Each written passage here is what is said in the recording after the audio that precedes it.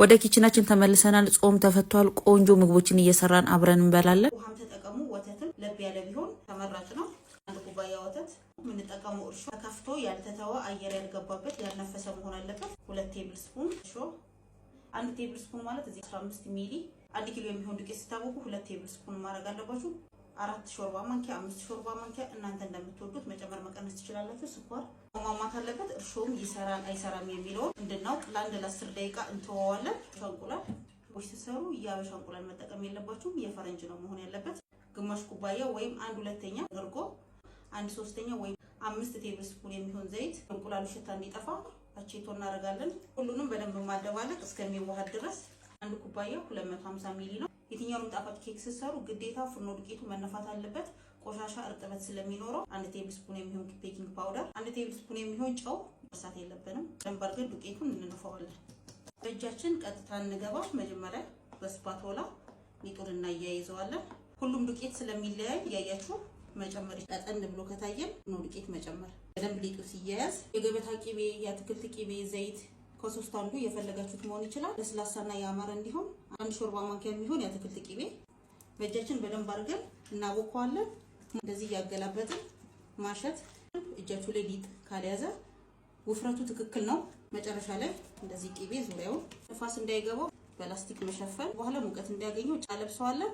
ኪችናችሁ ቀዝቃዛና ሙቀት ከሌለው ኦቭናችሁን ለሰስ አድርጋችሁ አሙቃችሁ ኦቭን ውስጥ ማስቀመጥ። በጣም መጋል የለበትም። ከ1 ሰዓት በኋላ ሊጡ እንደዚህ በደንብ ኩፍ ብሏል። አየሩን እናስወጣለታለን።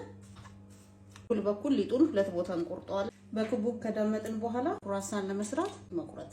እንደዚህ አድርገን ከቆረጥን በኋላ ፈልጉትን ውህድ መጠቀም ትችላላችሁ። የተፈቀፈቀ ሞዞሬላ ቺዝ፣ 2 ክሬም ቺዝ ኪሪ ቆንጆ ቴስት ይሰጠዋል።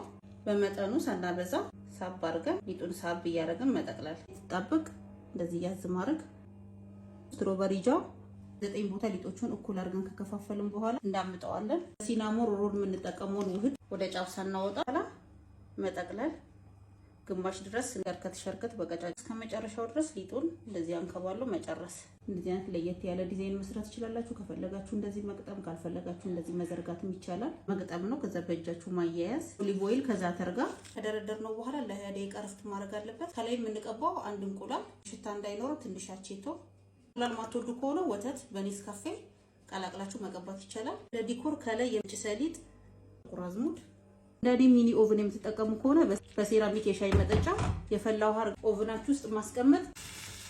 ኦቭኑ የሞቀው በ180 ዲግሪ ከታች ብቻ ነው የለኮስኩት። ከ25 እስከ 30 ደቂቃ ይፈጃል። ከታች ሲበስል ከላይ ለኩሶ እንዳያረባችሁ እየተጠነቀቃችሁ ጎልደን እስከሚሆን ድረስ ማብሰል። ማሻአላህ እንደዚህ እስከሚሆን ድረስ አብስላችሁ ማውጣት።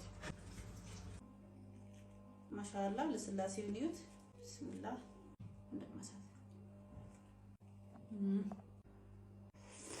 ማሻአላህ። ሁላችሁም በየቤታችሁ ሞክሩት።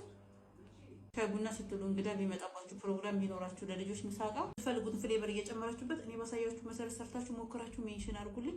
እንደምትወዱት እርግጠኛ ነኝ። ጾም ስለተፈታ ብዙ አይነት የምግብ አሰራር ቶሎ አወርድላችኋለሁ። የዛሬው ቪዲዮ ይሄ ነው።